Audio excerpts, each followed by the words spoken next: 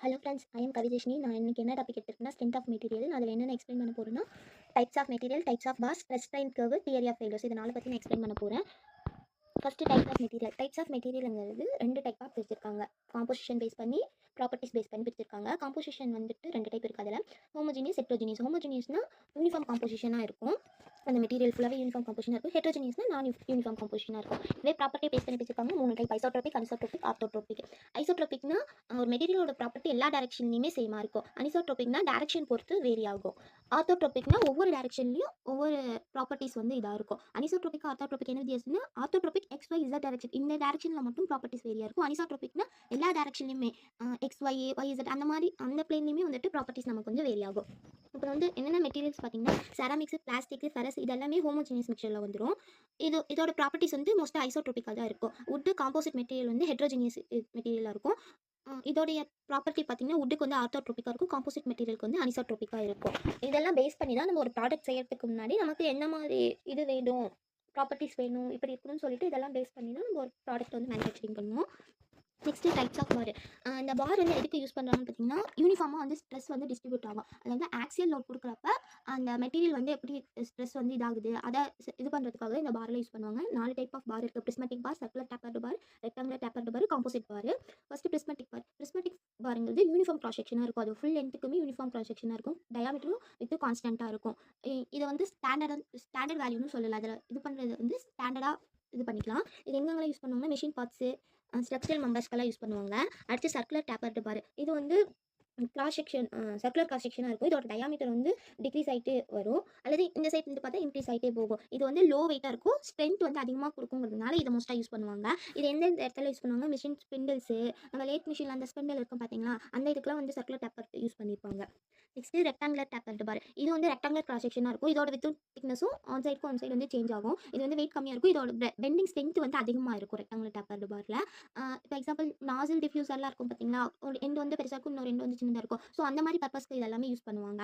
இது வந்து மோஸ்ட்டாக இந்த ஏர்க்ராஃப்ட் திங்ஸு, டர்பைன்ஸ் இதெல்லாம் இது பண்ணுறதுக்கு ரெக்டாங்குலர் டேப்பர்டு பார் வந்து யூஸ் பண்ணுவாங்க. Next composite bar. காம்போசிட் பாருங்கிறது ரெண்டு மெட்டீரியல்ஸ் வந்து ஜாயின் பண்ணால் நம்ம இது பண்ணுறது தான் காம்போசிட் பார். இதில் வந்து என்ன அட்வான்டேஜ்னா, ரெண்டு மெட்டீரியலோட ப்ராப்பர்ட்டியுமே இதாகி நமக்கு ஒரு யூனிக் ப்ராப்பர்ட்டி கிடைக்கும். இதோட ஸ்ட்ரென்த், ரிஜிடிட்டி இதெல்லாமே அதிகமாகும். இது எங்கெங்கெல்லாம் யூஸ் பண்ணுறாங்கன்னா, ரெயின்ஃபோர்ஸ் கான்கிரீட், ஏரோஸ்பேஸ் ஸ்ட்ரக்சர்ஸ்லாம் யூஸ் பண்ணுறாங்க.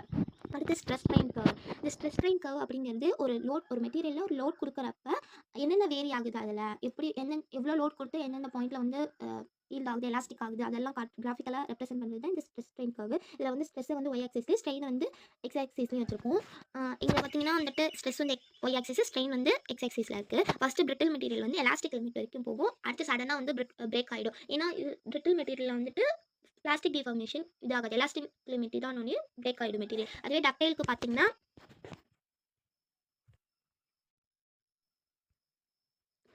பார்த்தீங்கன்னா, இது எலாஸ்டிக் பாயிண்ட்டு, அதுக்கப்புறம் ஈல்டு பாயிண்ட்டு, அல்டிமேட் பாயிண்ட்டு, அதுக்கப்புறம் ஃபெயிலியர் பாயிண்ட்.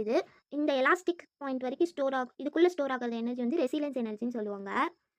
அதுவே இந்த எலாஸ்டிக் லிமிட் இது வரைக்கும் வந்துட்டு ஸ்டோர் ஆகிற எனர்ஜி வந்து புவர் ரெசிலியன்ஸ் எனர்ஜின்னு சொல்லுவாங்க.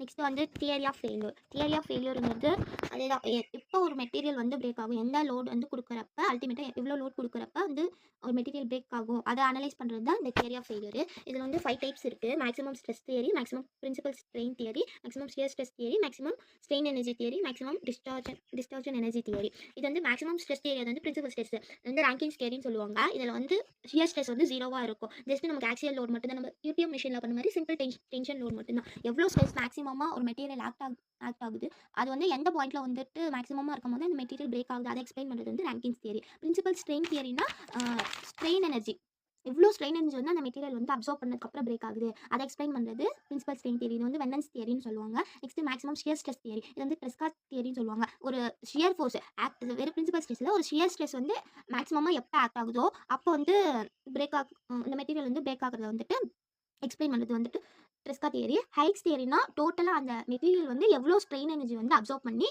பிரேக் ஆகுது, ஃபெயிலியர் ஆகுது, அதை எக்ஸ்பிளைன் பண்ணுறது Haigh's theory. Maximum distortion energy தியரிங்கிறது ஒன் மிசஸ் தியரின்னு சொல்லுவாங்க. இதுவும் ஸ்ட்ரெயின் எனர்ஜி தியரி மட்டும்தான். ஆனால் டிஸ்டார்ஜன் எனர்ஜினா ஒரு குறிப்பிட்ட பாயிண்ட்ல மட்டும் எவ்வளோ ஸ்ட்ரெயின் எனர்ஜி ஸ்டோர் ஆகுது, அந்த ஸ்ட்ரெயின் எனர்ஜினால ஷேப், அந்த மெட்டீரியலோட வந்து ஷேப் சேஞ்ச் ஆகுது தான் இந்த ஒன் மிசஸ் தியரி. இதில் வந்து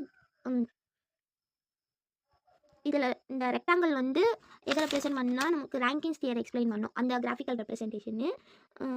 எலிப்ஸும் ஸ்ட்ரெயின் எனர்ஜியும் டிஸ்சார்ஜன் எனர்ஜியும் ஸ்ட்ரெயின் எனர்ஜியும் வந்து எலிப்ஸ் கிராஃபிக்கல் ரெப்ரசன்டேஷனாக இருக்கும். மேக்ஸிமம் ஷியர் ஸ்ட்ரெஸ் தியரி வந்துட்டு ட்ரெஸ்கா தியரி வந்து எக்ஸகானல் ஷேப்பு. அடுத்து ரோம்பஸ் ஷேப் வந்து strain energy. Maximum strain energy வந்துட்டு இது கிராஃபிக்கலாக அதை வந்து கிராஃபிக்கலாக ரெப்ரசென்ட் பண்ணுறது ரோம்பஸ் ஷேப்பில் இருக்கும்.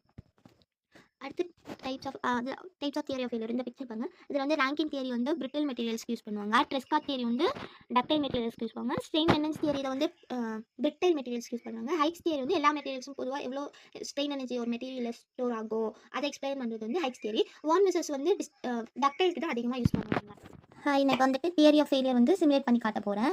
ஃபஸ்ட்டு நான் வந்து ஃப்ரண்ட் லைன் சூஸ் பண்ணிட்டு அதில் நான் ஒரு சர்க்கிள் ட்ரா பண்ணிக்கிறேன். அதுக்கப்புறம் டைமென்ஷன் கொடுத்துட்டு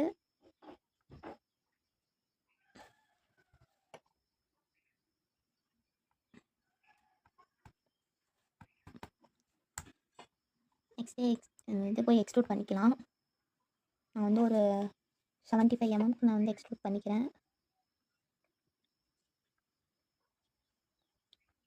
நம்மளுடைய சர்க்குலர் பார் வந்து ரெடி ஆச்சு. இதை வந்து பிரிஸ்மேட்டிக் பார்னு சொல்லுவாங்க. ஏன்னா யூனிஃபார்ம் லென்த்தாக இருக்கிறதுனால. இப்போ சிமுலேஷன் கொடுத்துட்டு அனலைஸ் பண்ண போகிறோம். ஃபஸ்ட்டு என்ன மெட்டீரியல்னு சூஸ் பண்ணிக்கலாம். நான் வந்துட்டு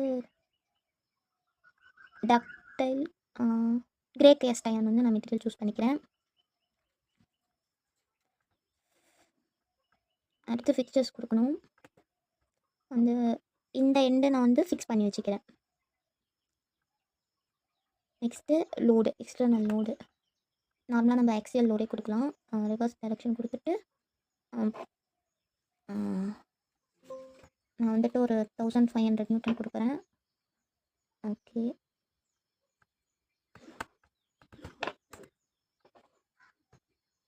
நெக்ஸ்ட்டு மெஸ்ஸு கொடுத்துக்கலாம்.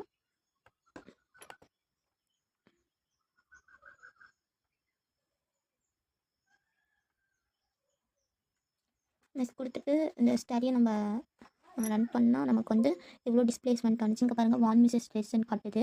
வான் மீட்டர் ஸ்ட்ரெஸ்னால் எவ்வளோ வந்து ஸ்ட்ரெயின் ஆனிச்சு வந்து ஒரு குறிப்பிட்ட பாட்டில் ஸ்டோர் ஆகி அதோட வால்யூம் வந்து சேஞ்ச் பண்ணுதுங்கிறது தான். இந்த இடத்துல தான் அந்த ரெட் கலரில் தெரியுது பார்த்திங்கன்னா, அந்த இடத்துல வந்து ஸ்ட்ரெயின் எனர்ஜி வந்து அதிகமாக இருக்குது, ஸ்டோர் ஆகிருக்கு. அதுக்கப்புறம் இந்த க்ரீன் கலர் கொஞ்சம் கம்மியாக தான் இருக்குது. இந்த ப்ளூ கலரில் ஸ்ட்ரெயின் எனர்ஜி வந்து ஸ்டோர் ஆகலை, ஆனால் வந்து நமக்கு டிஸ்பிளேஸ்மெண்ட் ஆகிருக்கு. இங்கே வந்து டிஸ்பிளேஸ்மெண்ட் வந்து பார்த்திங்கன்னா இந்த இடத்துல தான் டிஸ்பிளேஸ்மெண்ட் நமக்கு அதிகமாக இருக்குது. ஸ்ட்ரெயின் எனர்ஜி வந்து ஸ்டோர் ஆகிருக்குது, அதிகமாக ஸ்ட்ரெயின் எனர்ஜி ஸ்டோர் ஆகிருக்குது இந்த இடத்துல, இந்த ரெட் கலர் பாயிண்ட்.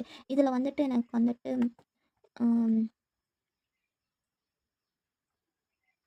எவ்வளோ ஸ்ட்ரெயின் எனர்ஜி வந்து எனக்கு வந்துட்டு இதாக இருக்குது அப்படின்னு பார்க்குறேன். டோட்டல் ஸ்ட்ரெயின் எனர்ஜி வந்து எவ்வளோ எனக்கு டோட்டலாக ஸ்ட்ரெயின் எனர்ஜி ஆகுது நான் வந்துட்டு இதில் பண்ணுறேன். இந்த இடத்துல தான் அதிகமாக இவ்வளோ டோட்டலாக வந்து இவ்வளோ ஸ்ட்ரெயின் எனர்ஜி வந்து ஸ்டோர் ஆகிருக்கு. அந்த டோட்டலாக ஸ்ட்ரெயின் எனர்ஜி வந்து ஹைக்ஸ் தியரின்னு சொல்லுவாங்க. அவ்வளோதான் ஃப்ரெண்ட்ஸ், தேங்க்யூ.